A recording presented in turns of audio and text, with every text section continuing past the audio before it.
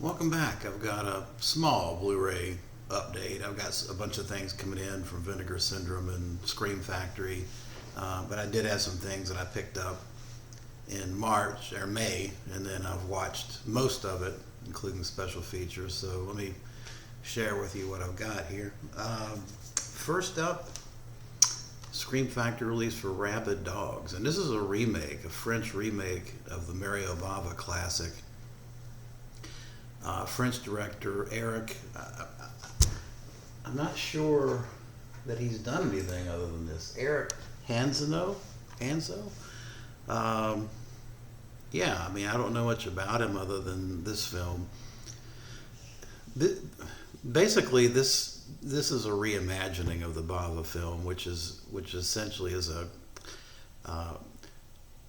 burglary gone bad, and they capture someone, as they're trying to escape from the police. They held someone hostage, including a guy that's driving a car and his child, and it's essentially at that point the police chasing them around. And it's not. I mean, it's. I guess it's a crime thriller more than a horror movie, but it definitely doesn't have the tension or the atmosphere of the Bava film, which I don't think that should be a surprise to anybody. It does have a pretty interesting twist ending that I really, really liked, and one of the characters completely does a 180, and I thought that was excellent. I enjoyed that. It's not a bad film. It just is. I don't know that it brought anything new to the horizon other than that twist. So there is a lengthy, like a 2-hour making of documentary on the film as a special feature. So I watched most of it, I would say.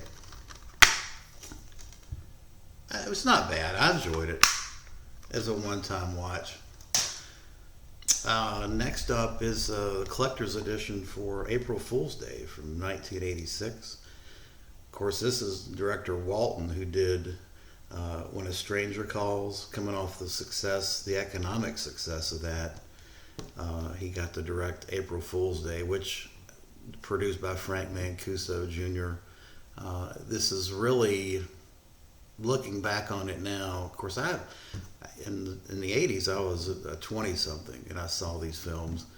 I liked it back then. I don't think this film holds up to rewatches. I think it's more of a nostalgia than... Its popularity is based more on nostalgia, because I thought it was really tame. I thought the kills were uninteresting. And the twist, obviously the twist is, with the title, you know what's going to happen with the twist. I thought it was well acted, but I mean, it's just a series of, it's a slasher film, but it's just a watered down slasher film, in my opinion.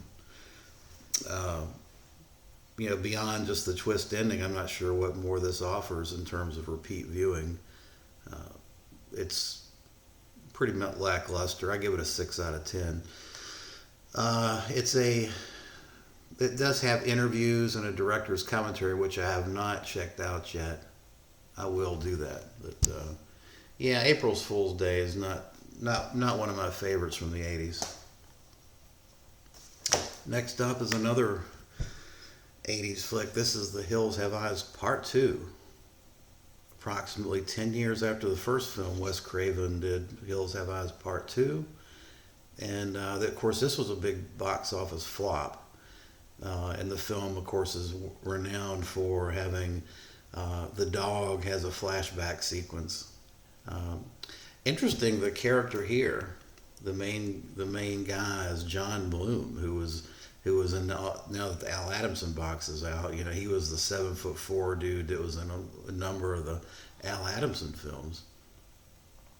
I mean, I don't think this is a bad film. It kind of combines BMX biking with it's a slasher film. This is just a straight up slasher film. BMX bikers go back to where the cannibal family was, and chaos ensues, that kind of thing. It's not bad. I actually enjoyed it. And there's a commentary track from Hysteria Lives on it. It's a new 2K scan. There's a 30-minute making of documentary. The first release, Hills Have Eyes Part 1, has an hour making of documentary. And it also has a booklet, poster, and a pretty extensive booklet on the film. A nice release from Arrow, which is, I guess it's, nobody should be shocked by that. Arrow does great work. Poster, there's some poster lobby cards. The price on this hasn't dropped. It was like, I think I got it for $22, but it hovers around 22 to 28 bucks. I was kind of afraid if I didn't pick it up at some point it was just going to go out of print. So next up is a film near and dear to my heart, and that's 1970's Scars of Dracula. This is a Scream Factory release, the fifth in the Hammer series.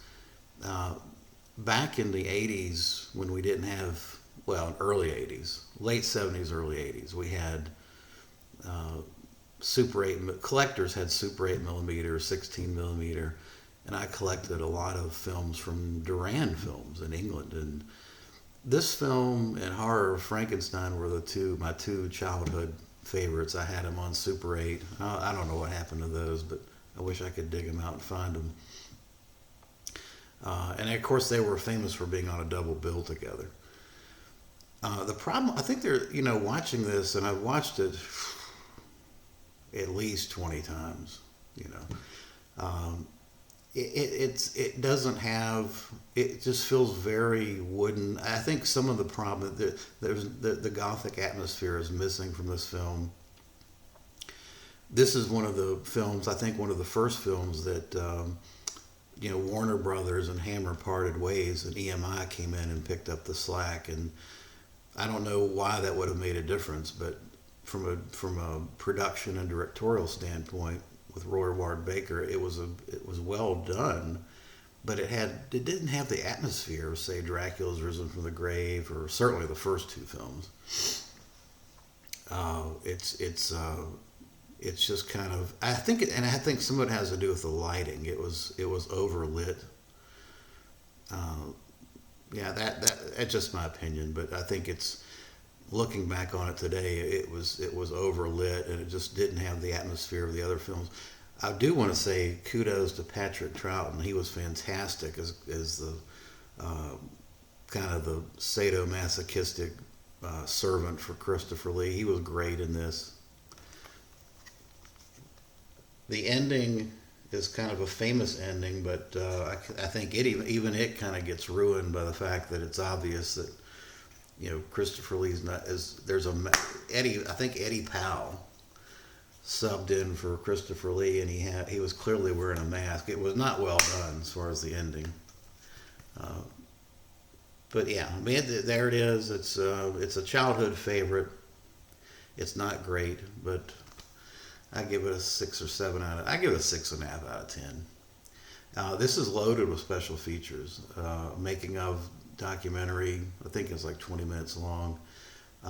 Multiple audio commentaries, so it's a nice release, well done. Next up is this is the Universal Collection Volume 4, and I did go through these. I think Night Key, Night Monster, House of Horrors. I would say Night Key and House of Horrors are my two favorite. House of Horrors is interesting because it has Rondo Hatton in it, in his first role. And of course, he was suffering from agrogamalia. I'm not sure I pronounced that correct, but basically it's where your bone structure is distorted, and he looks kind of like a Cro-Magnon man, unfortunately. He was great in this.